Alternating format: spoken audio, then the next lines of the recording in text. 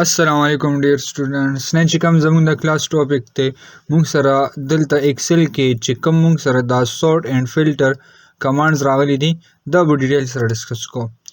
سمپل موږ وګورو سورت اینڈ فلټر باندې کلیک کړو دلته راغلي دي سورت A to Z دی او سورت بیا سره Z to A دی. یو ته موږ څه وایو دلته دا موږ سره سمپل راغلي دي لویسټ ټو هایست راغلي مطلب دا دی چې موږ سره د لو نه به سټارټ کیږي د هایست پورې موږ سره دا ویلیوز دي. که زه د سورت باندې دلته کلیک کوم نو موږ سره داسې نه راځي خو که سمپل د دې ډیټا سلیکشن والو سوالو د دې ډیټا سلیکشن والو او دا زه سورت کوم صحیح شو. زما چې دا ډیټا د ما سره څه شي سورت شي را سره اسندنګ فارم او ډیسندنګ چې موږ ته وایو لایک زم چې دا اسندنګ فارم د ما سره دی باندې به کلیک کو نو موږ سره دا ډیټا اسندنګ فارم کې شو صحیح شو کنه لویسټ ټو هایست را سره دا ګوره د A نه موږ سره سٹارټ شو دا تقشان بیا د S نه رالو او بیا ورپسې وی رااله صحیح شو کنه نو دې ته موږ څه وایو سورټینګ ورته وایو صحیح شو.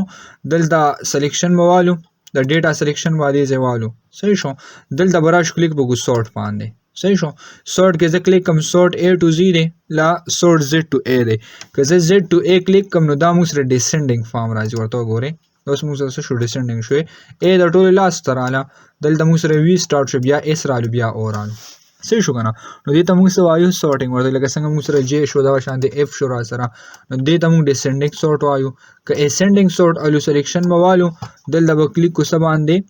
سورت اینڈ فلټر کې به کلیک کو اسندنګ باندې نو دا موږ سره اسندنګ فارم شو ډیسندنګ تاړو نو کلیک کو بس باندې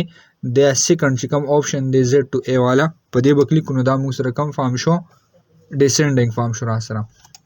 بیا مې دې سلیکشن واغشتو داسې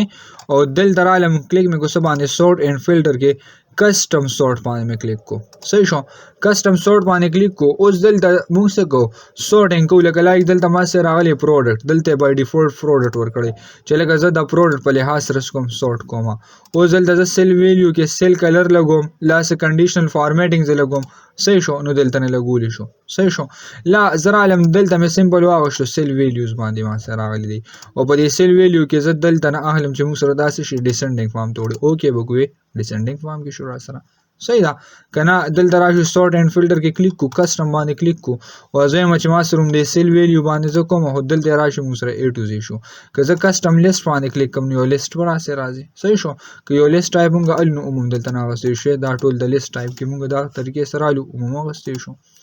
نو دې ته څه وایو موږ سورټینګ ورته وایو ها. سیل ویلیو سلیکشن موالو دلته براش کلیک وکړو سورت باندې A to Z کوم لا Z to A کوم دلته نو موږ کولی شو دا سورټینګ کول شو. بیا کله سورت اینڈ فلټر باندې زه کلیک کوم دلته یو بل آپشن دی غته سو وایو فلټر ورته وایو